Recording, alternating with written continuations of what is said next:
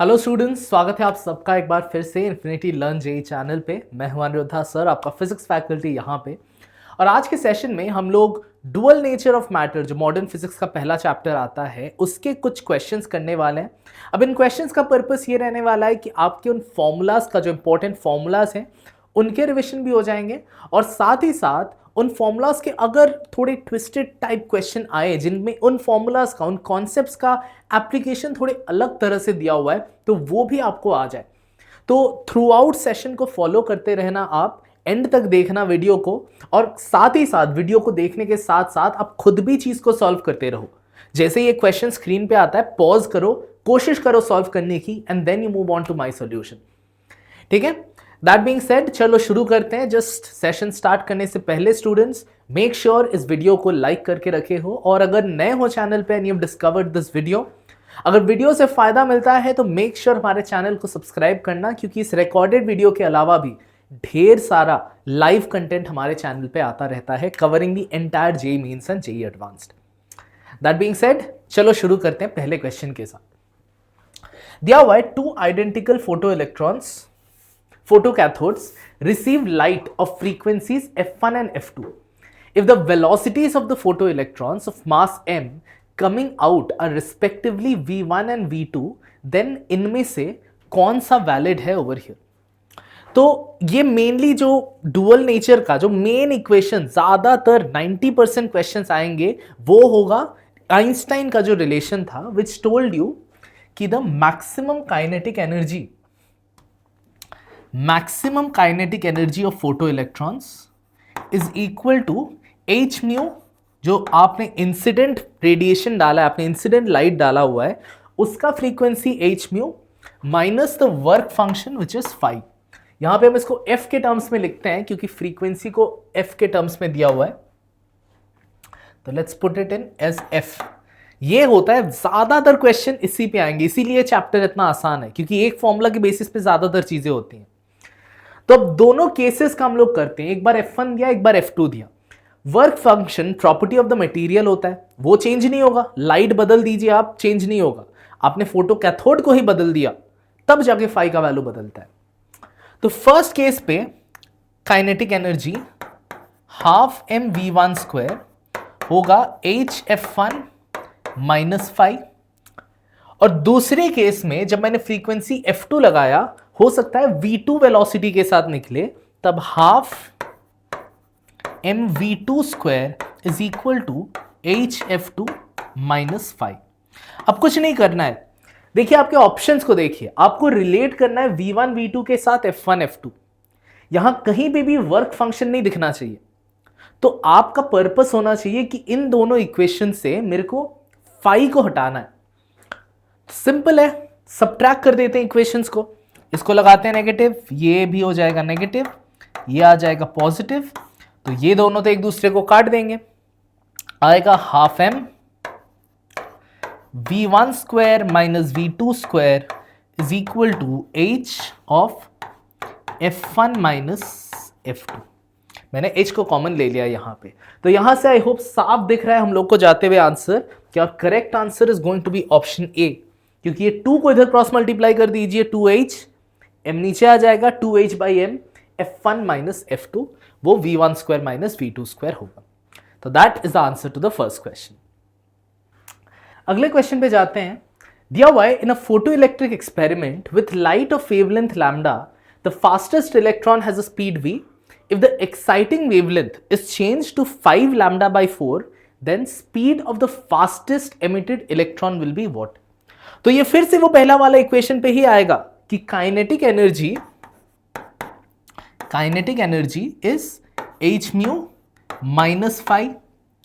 मतलब the kinetic energy half M we square, मैं mu frequency को लिख सकता हूं as h c by lambda minus five, यानी कि h c by lambda is equal to half M we square minus plus five.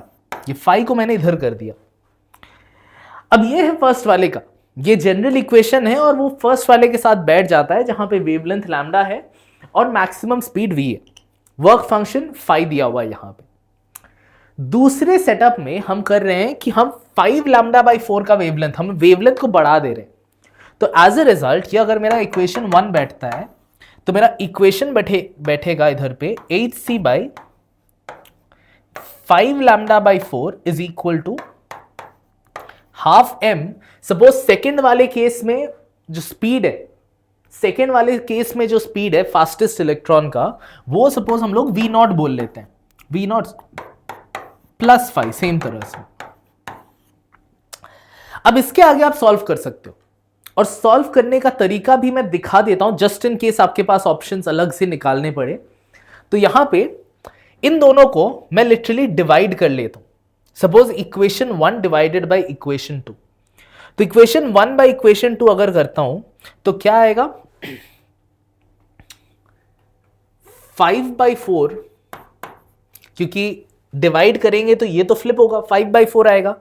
5/4 would be equal to half M we square plus 5 divided by half M V not square plus 5।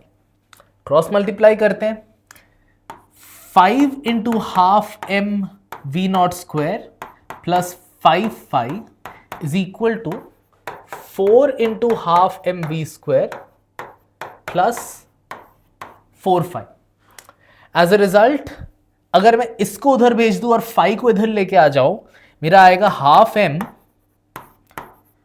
4v square minus 5v naught square which is equal to 5 minus 4 जो कि देगा सिर्फ 5।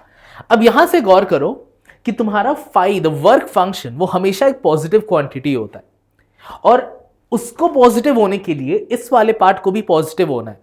ये positive कब होगा, जब 4v square will be greater than 5v naught square, मतलब v not should be less than, my bad, v naught has to be less than root over of 4/5 v naught। अब इसको देख के कंफ्यूज मत हो जाओ कि सर ऑप्शंस में वो दिया नहीं है, ऑप्शन में √5/4 के टर्म्स में दिया हुआ है। तो उसका रीजन भी मैं बता देता हूं, क्योंकि हमें इतना कुछ करने की जरूरत तक नहीं है ऑप्शंस की वजह से। एक तो मेरे को यहां पे मिला कि सॉरी ये v नॉट नहीं होगा, v root over of 4/5, तो obviously the only possible option is this, less than v root over 5/4, क्योंकि ऑब्वियसली लेस देन 4/5 है, मतलब लेस देन 5/4 तो होगा ही। लेकिन ये सब कुछ करने की जरूरत ही नहीं है, शॉर्टकट तरीका है इसका। शॉर्टकट तरीका क्या है, मैंने वेवलेंथ बढ़ाया है, वेवलेंथ बढ़ाया है मतलब मैंने एनर्जी कम दिया है। एनर्जी कम मतलब if I provided less energy, kinetic energy भी कम आएगा। तो मैं फॉर अ फैक्ट श्योर हूं कि वेलोसिटी को कमना ही पड़ेगा।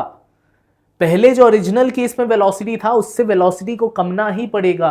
There is only one option here जहां पे वेलोसिटी कम रहा है, क्योंकि देखो root over of 5/4 is greater than 1, root over of 5/3 greater than 1, root over of 5/4 greater than 1। अगर ये इक्वल भी होता, ग्रेटर का तो मैं बात ही नहीं कर रहा हूं, इक्वल भी होता तो भी मेरा नया velocity greater than older velocity से हो जाता, जो कि पॉसिबल नहीं है क्योंकि मैंने एनर्जी कम दिया है। तो द ओनली पॉसिबल केस जहां पे मेरा नया velocity less than the older velocity है, दैट इज ऑप्शन सी। तो इतना कुछ करने की जरूरत ही नहीं थी if we would have gone through the options.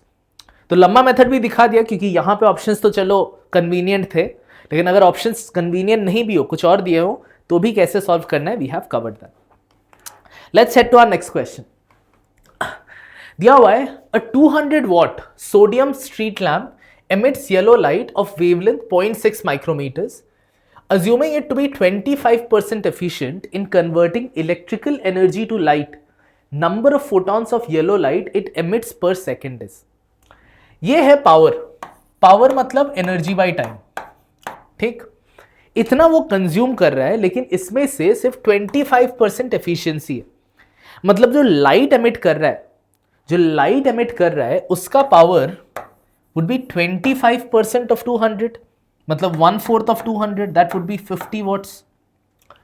तो it is 50 watts, 50 joules per unit time ऐसे निकल रहा है, ठीक। और जो फोटॉन्स एमिट कर रहा है येलो लाइट, हर एक फोटोन का एनर्जी क्या है, एनर्जी ऑफ ईच फोटोन कितना है, it is hc by lambda. ठीक है, इसको भी रहने देते हैं, बाद में बिठाएंगे। This refers to the total energy per unit time, और ये है ईच फोटोन का एनर्जी। तो अगर मेरे को number of photons per unit time चाहिए तो all I need to do is total energy per unit time, total energy per unit time divided by the energy of each photon कर देना है। तब पता चलेगा ना कितना फोटोन, इतना एनर्जी कितने फोटॉन्स में, एक फोटोन में इतना है तो इतना एनर्जी कितने फोटॉन्स में। तो बस उसके बेसिस पे we can put things in. E क्या है, E बाई टी, ये क्वांटिटी हमें मिला है 50 divided by energy of each photon hc by lambda. h है, प्लैंक्स कांस्टेंट होता है 6.6 into 10 to the power minus 34, 10 to the power minus 34 into speed of light 3 into 10 to the power 8 multiplied with ऊपर की तरफ क्या है lambda, जो कि है 0.6 micrometre, 0.6 into 10 to the power minus 6। तो कुछ चीजें यहां पे छांटने शुरू करते हैं हम लोग। इसको हटा दो यहां से, पॉइंट्स को हटा दो जीरो के साथ। ठीक, 6.6 इंटू 3 है और उधर 5 इंटू 3 है, दैट इज रफली, इसको मैं अगर सपोज ये तो 30 हो रहा है ऊपर 30, नीचे 6.6 इंटू 3 ऑलमोस्ट 20 है। सोच के देखो 6.6 इंटू 3 इज 20, राइट, ऑलमोस्ट 20, ये 1.98 वैसा कुछ आएगा, ऑलमोस्ट 20 पकड़ ले सकते हैं, 19.8 के आसपास आएगा, into 10 to the power 10 to the power minus 26, 10 to the power 26 into 10 to the power minus 6, जो कि सिर्फ एक 10 टू द पावर 20 छोड़ेगा। तो this will leave 1.5 into 10 to the power 20। तो इसका आंसर होगा ऑप्शन ए। तो ये वाले क्वेश्चंस काफी कॉमन है, number of photons per unit time जब पावर से निकालने होते हैं। तो this is the method, energy of each photon निकालो, total energy per unit time कितना है, बस उससे डिवाइड कर दो, आ जाएगा तुम्हारा number of photons per unit time. चलो let's go for the next one. दिया हुआ है the cathode of a photoelectric cell is charged such that work function changes from W1 to W2. If the current before and after the change are I1 and I2, all other conditions remaining unchanged. All other conditions मतलब frequency of light and everything सब same है, ठीक। तब I1 और I2 जो photo current है उसका क्या रिलेशन होगा अगर मैंने वर्क फंक्शन बदला हुआ है, if I have change the work function. तो इसको know this for a fact, जो फोटो करंट होता है, जो फोटो करंट या जस्ट करंट भी बोल सकते हो, that photo current is only proportional to intensity. सिर्फ और सिर्फ इंटेंसिटी पे डिपेंड करता है, फर्क नहीं पड़ता कि कितना कितना फ्रीक्वेंसी का आ रहा है। फ्रीक्वेंसी का जितना भी है, फ्रीक्वेंसी कंट्रोल करता है कि इलेक्ट्रॉन्स किस काइनेटिक एनर्जी के साथ निकलेंगे, उनको रोकने के लिए स्टॉपिंग पोटेंशियल लगेगा, वो स्टॉपिंग पोटेंशियल कितना होगा, ये चीज मैटर करता है, ये चीज कंट्रोल करता है द फ्रीक्वेंसी ऑफ लाइट। लेकिन कितना करंट फ्लो करेगा ये सिर्फ और सिर्फ कंट्रोल करता है इंटेंसिटी। क्योंकि इंटेंसिटी को आप ऐसे सोच लो कि जो फोटॉन्स हैं, कितने सारे फोटॉन्स आ रहे हैं। अब एक फोटॉन का चाहे कितना भी एनर्जी दे दो, एक फोटॉन एक ही इलेक्ट्रॉन निकाल पाएगा। तो अब उस फोटॉन का बहुत एनर्जी दे दो, लेकिन वो निकाल तो एक ही इलेक्ट्रॉन पाएगा। इसीलिए कितने इलेक्ट्रॉन्स निकलते हैं, उस इलेक्ट्रॉन का क्या एनर्जी है उसमें कंसर्न नहीं है, कितने निकलते हैं डिपेंड करेगा कितने फोटॉन्स आप डाल रहे हो, और उसी को हम इंटेंसिटी बोलते हैं। तो इसीलिए यहां पे हमने इंटेंसिटी वगैरह नहीं चेंज किया है, बस वर्क फंक्शन बदला है। वर्क फंक्शन भी कहां पे अपीयर करता है, वर्क फंक्शन भी अपीयर करता है हमारे मैक्सिमम काइनेटिक एनर्जी वाले रिलेशन में, वहां पे वर्क फंक्शन अपीयर करता था। वो इंटेंसिटी कंट्रोल नहीं करता, करंट कंट्रोल नहीं करता। So that is why the current will remain the same, क्योंकि इंटेंसिटी सेम है यहां पे। देखो दिया हुआ है कि एच म्यू जो अप्लाइड फ्रीक्वेंसी है वो ग्रेटर देन W2 है, वो अलग से स्पेसिफाई किया हुआ है क्योंकि कभी हो सकता है कि जो applied frequency less than work function हो गया, तब नो मैटर कितना इंटेंसिटी दो करंट जीरो रहेगा, कुछ नहीं निकल पाएगा। इसीलिए उन्होंने अलग से बता दिया है कि मैंने जो फ्रीक्वेंसी दिया है उससे निकल तो रहा है, उसके बेसिस पे तुम्हारा इलेक्ट्रॉन निकल रहा है। अब कितना निकल रहा है उसके बेस उसका आंसर तुम मेरे को बताओ। अब उसके बारे में नहीं सोचने की जरूरत है कि निकलेगा कि नहीं, वो निकलेगा, वही उन्होंने इसके थ्रू बताया हुआ है। ठीक, चलो let's try the next one. दिया हुआ है maximum velocity of an electron emitted by a light of wavelength lambda incident on the surface of a work function of metal phi is direct straight forward question, formula के basis पे। इसीलिए ये chapter इतना आसान है students, क्योंकि एक ही formula के ऊपर पूरा चैप्टर खड़ा है। एक और दूसरा फॉर्मूला है जो कि है डी ब्रॉगली वेवलेंथ, उस पर भी एक दो क्वेश्चंस करेंगे, लेकिन मेन ये फॉर्मूला है, इसी के ऊपर रहेगा। Half M we square is equal to h c by lambda minus 5। तो आपको चाहिए v, तो बस v का रीएडजस्टमेंट करो accordingly. v is equal to 2hc by lambda m minus 5 by m, इसका लगेगा पूरा रूट ओवर। तो है हमारे पास कुछ ऐसा ऑप्शन, 2 कॉमन लेते हैं, 2 बाई एम लैम्डा कॉमन लिया हुआ है, तो it is option C. 2 by m lambda common लिया हुआ है तो you will have h c का तो इधर है, ठीक है।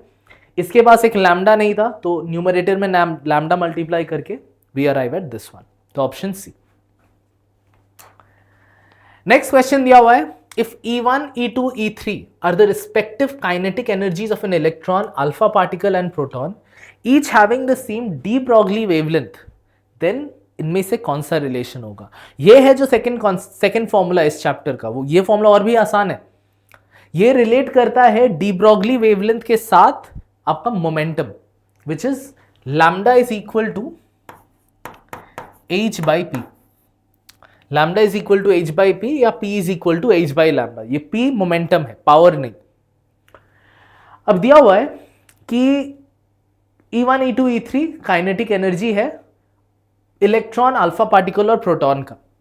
मेरे को पूछा गया है कि मेरे को बताया गया है कि तीनों का डी ब्रॉगली वेवलेंथ सेम है, तो मैं लिखता हूं एनर्जी को इन टर्म्स ऑफ मोमेंटम।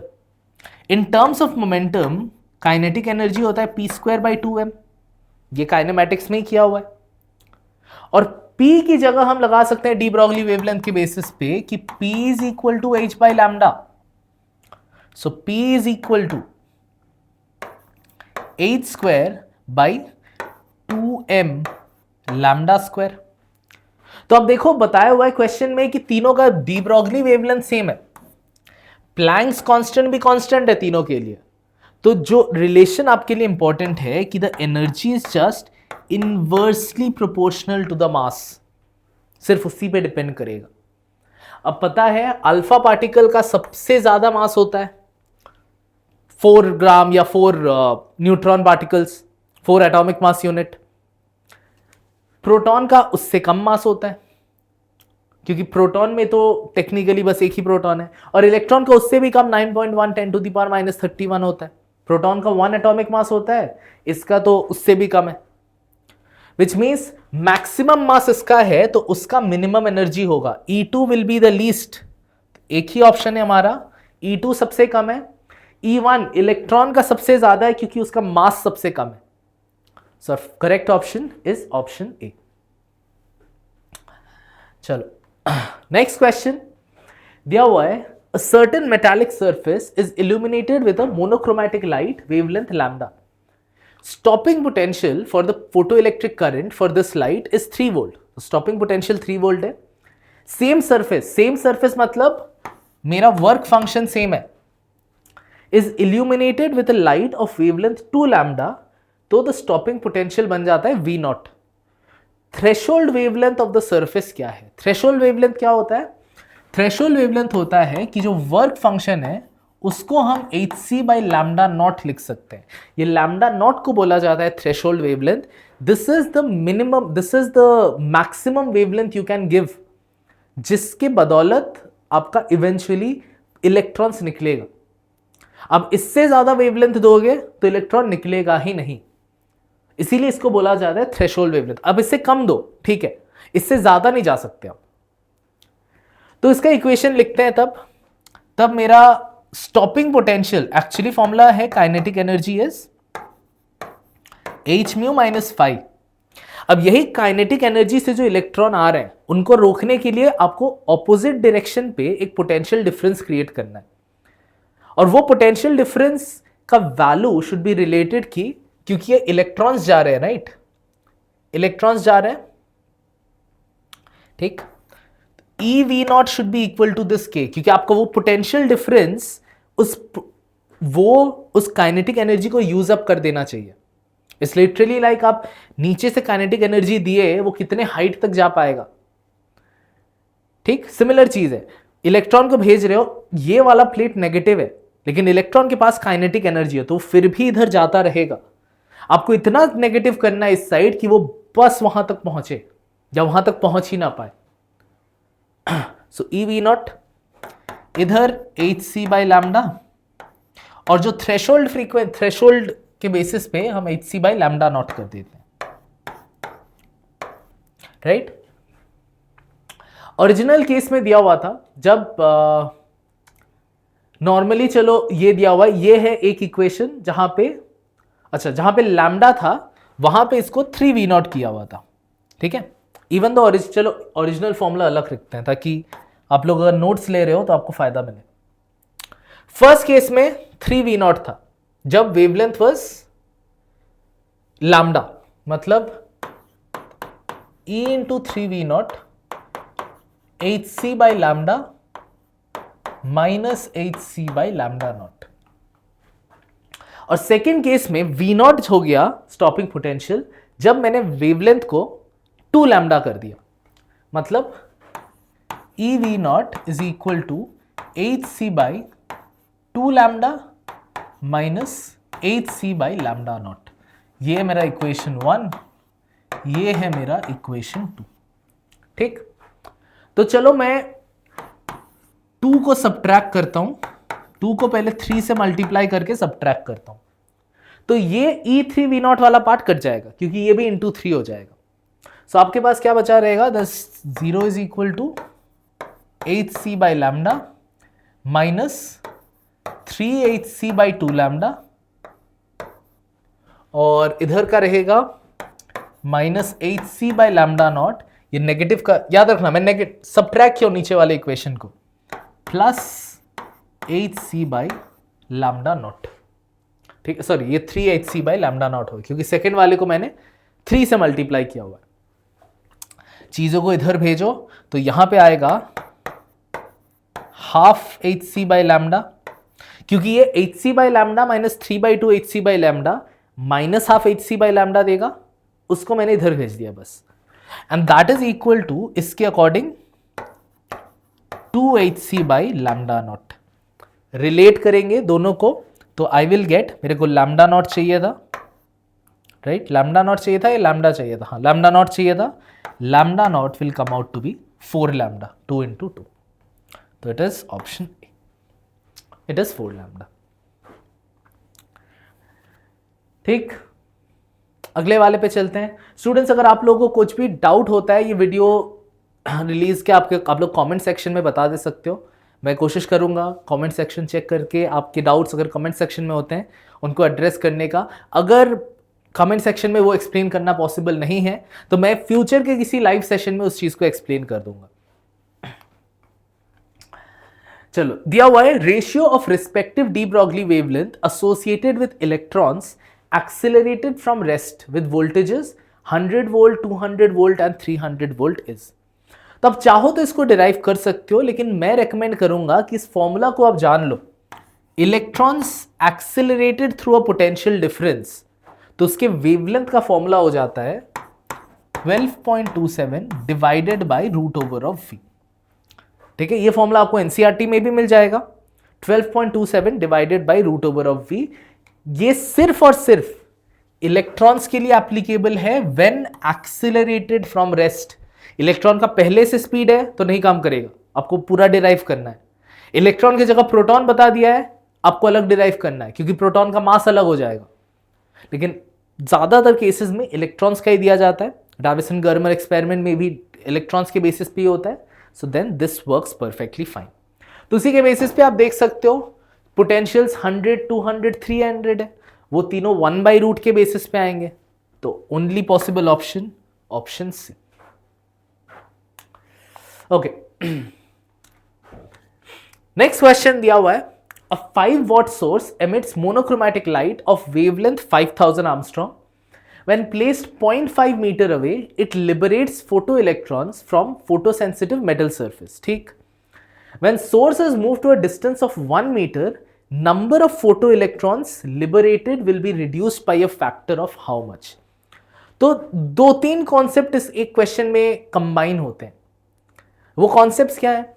सबसे पहला चीज समझो कि ये आपका सोर्स है, ये सोर्स है, उसका पावर है 5 वॉट। आप एक सर्टेन डिस्टेंस आर पे हो और आप वहां पे स्टडी कर रहे हो पूरा चीज, तो उस पॉइंट आर पे इंटेंसिटी होगा P divided by 4πr², that is intensity. ठीक, और वो इंटेंसिटी ही कंट्रोल करेगा the number of photons per unit time. क्योंकि इंटेंसिटी है क्या? Intensity is actually energy per unit time per unit area. तो एनर्जी पर यूनिट टाइम है intensity into the area. और पहले के क्वेश्चंस में हमने किया हुआ था, एनर्जी पर यूनिट टाइम से अगर मेरे को number of photons per unit time पे जाना है तो all I have to do is divide by the energy of each photon. तो number of photons per unit time is energy by time divided by the energy of each photon, जो कि है इसके according अगर मैं बिठा दूं IA intensity into the area divided by the energy of each photon, क्योंकि E/T ही I इंटू ए था। और I की जगह मैं P/4πr² लगा दे सकता हूं। मैं स्टेप बाय स्टेप चीज को उतार रहा हूं। PA पावर, ये P पावर है, P मोमेंटम नहीं है यहां पे। 4π² into energy of each photon. अब मैं कुछ नहीं करूंगा, मैं एनर्जी के लिए वेवलेंथ वगैरह के बेसिस पे कुछ जाने की जरूरत नहीं है, क्योंकि आप सिर्फ गौर डालो कि क्वेश्चन में सिर्फ ये चीज बदला गया है कि द डिस्टेंस जहां पे मैं स्टडी कर रहा हूं वो 0.5 मीटर से 1 मीटर भेजा गया। तो इस इक्वेशन में अगर मैं इसको अलग से यहां पे लिखता हूं, number of photons per unit time is equal to PA divided by power into area divided by 4πr² into energy of each photon. Energy of each photon change होगा नहीं क्योंकि वेवलेंथ ऑफ लाइट सेम है। Similarly power वो 5 what है। Area जो है जहां पे भी हम मेजर कर रहे हैं वहां पे मैं लिटरली सेम चीज को लेके जा रहा हूं, राइट? सेम टेस्टर या जो भी है जिसके थ्रू जो फोटो कैथोड के थ्रू इलेक्ट्रॉन्स निकाल रहा हूं, उसी सेम को मैं ले जा रहा हूं दूसरे पॉइंट पे भी, तो उसका एरिया भी सेम है। सिर्फ और सिर्फ चेंज हो रहा है ये R का value. So N/T is proportional to 1/r²। अब हमने क्या किया है, रेडियस को डबल कर दिया है 0.5 से 1। अगर उसको डबल किया है तो इफेक्ट उसके स्क्वायर के बेसिस पे पड़ेगा। So it will become 1/4 times. It will be reduced by a factor of 1/4 times. कभी भी कैलकुलेशन पहले मत कर देना कि वेवलेंथ दिया हुआ है तो मैं एनर्जी ऑफ फोटॉन डाल देता हूं, निकालता हूं। आप बहुत टाइम वेस्ट कर दोगे उसमें। लिटरली एंड तक जाके देखो क्या उसकी जरूरत है। यहां पे सिर्फ प्रोपोर्शनलिटी से काम चल जाएगा, क्वेश्चन में ही दिया हुआ है, बस फैक्टर बताना है आपको, एग्जैक्ट वैल्यू नहीं बतानी। तो कैलकुलेशंस वगैरह लास्ट के लिए रखना, तब जरूरत पड़े कर देना। नेक्स्ट क्वेश्चन दिया हुआ है एक्सरेज के ऊपर कि X-rays are produced in X-ray tube operating at a given accelerating voltage. The wavelength of continuous X-rays has values from 0 to infinity या 0 to lambda min so on and so forth. तो X-rays का एक detail lecture हमारे channel पे ही है, मेरा ही record किया हुआ है, और वो लाइव में नहीं, वो आपको रिकॉर्डेड लेक्चर्स, रिकॉर्डेड वीडियोस में मिल जाएंगे, उसको देख लेना। वहां पे डिटेल में समझाया हुआ है कि प्रोसेस क्या है, उसके रिलेवेंट ग्राफ्स क्या है। तो जो भी ग्राफ है, जो भी इंटेंसिटी का ग्राफ है, वो कुछ ऐसे जाता है with respect to the wavelength, जहां पे ये है द मिनिमम वेवलेंथ। अब एक मिनिमम वेवलेंथ के बाद से आपको एक्सरेज मिलेंगे, उससे कम वाला एक्सरे नहीं मिलेगा, उससे कम वेवलेंथ का नहीं मिलेगा। सो ऑब्वियसली यहां पे it is going to be option D.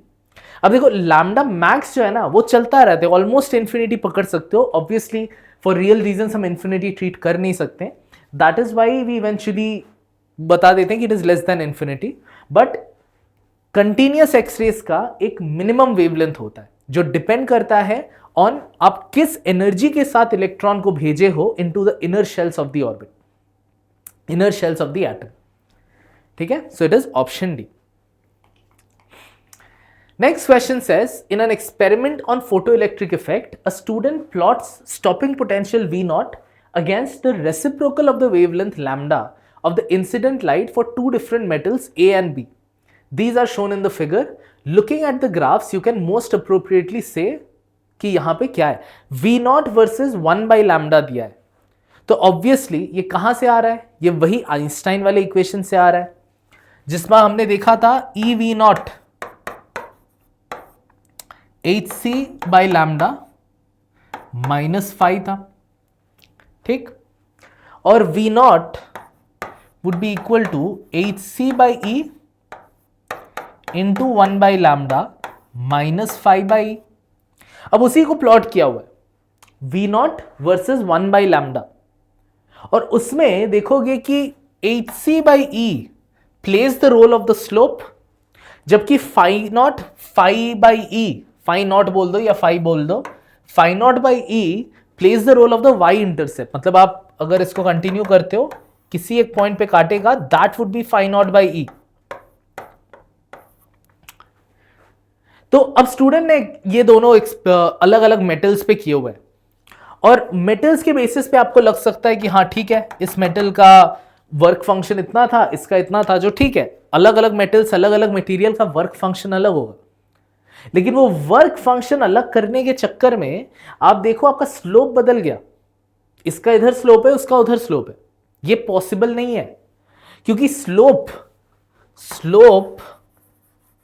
Is hc by E. Planck's constant भी एक कांस्टेंट क्वांटिटी है, स्पीड ऑफ लाइट भी कांस्टेंट है, इलेक्ट्रॉनिक चार्ज भी कांस्टेंट है। ये मेटल्स के ऊपर नहीं डिपेंड कर रहे, इन तीनों में से कोई भी क्वांटिटी, कौन सा मेटल पिक कर रहे हो उस पर डिपेंड नहीं कर रहा है। मतलब the slope should be the same. वो को अगर ये वाला लाइन है, दूसरा लाइन ऐसे हो सकता है, अलग वाई इंटरसेप्ट पे हिट कर सकता है, लेकिन उसके पैरेलल ही जाना पड़ेगा, slope has to be the same. तो यहां पे only correct option is that students data is incorrect. उसने कुछ गलत रीडिंग ली है, कुछ घोल किया है, जिसकी वजह से उसका स्लोप अलग आ गया। ऑलराइट, अगला वाला दिया है, an electron of mass m and charge E is at rest and it gets accelerated by a constant electric field E. पूछा है the rate of change of de Broglie wavelength of this electron at a time t ignoring relativistic effects। मतलब relativistic हमारा वैसे भी syllabus में नहीं है, लेकिन जनरली इन रियल एप्लीकेशंस ये relativistic effects आ जाते हैं, लेकिन हमें नहीं सोचना उनके बारे में, आउट ऑफ आवर सिलेबस। तो उसके बेसिस पे पूछा है rate of change of de Broglie wavelength. D Broglie wavelength नहीं पूछा है।